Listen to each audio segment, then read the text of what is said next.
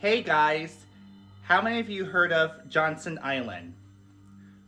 Well, for those of you who don't know, it is a 300-mile island located in Sandusky, Ohio, where over 10,000 Confederate soldiers were imprisoned during the Civil War.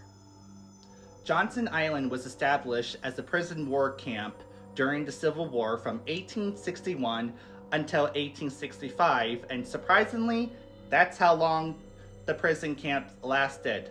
Most of the prisoners were that of Confederate soldiers who were captured in battle. Conditions and the brutality there was so brutal that during my research, I was surprised that there was any survivors after the Civil War ended.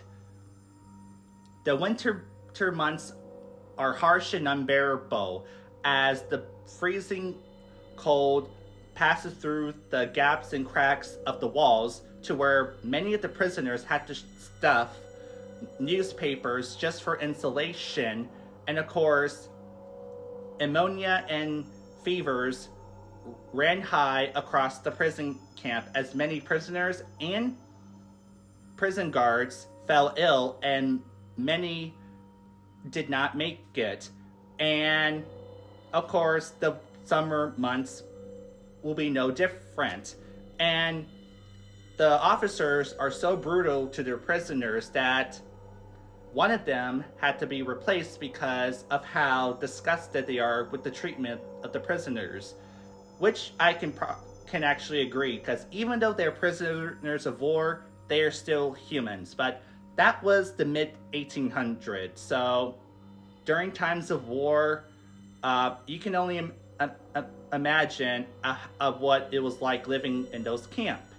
After the Civil War ended, the camp was disbanded and the survivors were freed and returned to their families. However, those who had perished were buried on the north side of the island in a small cemetery, and their spirits continues to haunt the island to this day. Many visitors have experienced paranormal activities throughout the island.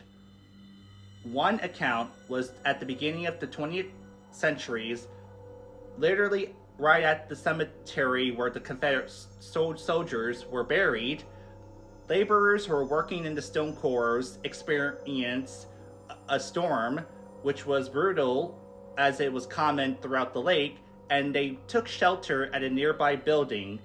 There they were met by an eerie glow across the cemetery, and suddenly the spirits of the Confederate soldiers rose up from the grave and went into formation and marched across the bay back home as if they were alive.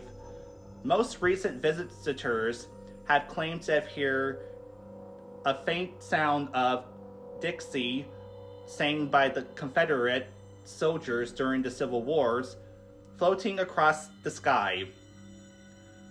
Even though the soldiers have long since passed, their soul still continues to haunt the island as if they were alive, seeking justice for the wrongdoings they have endured during the time of Johnson's Island's most brutal and horrendous crimes.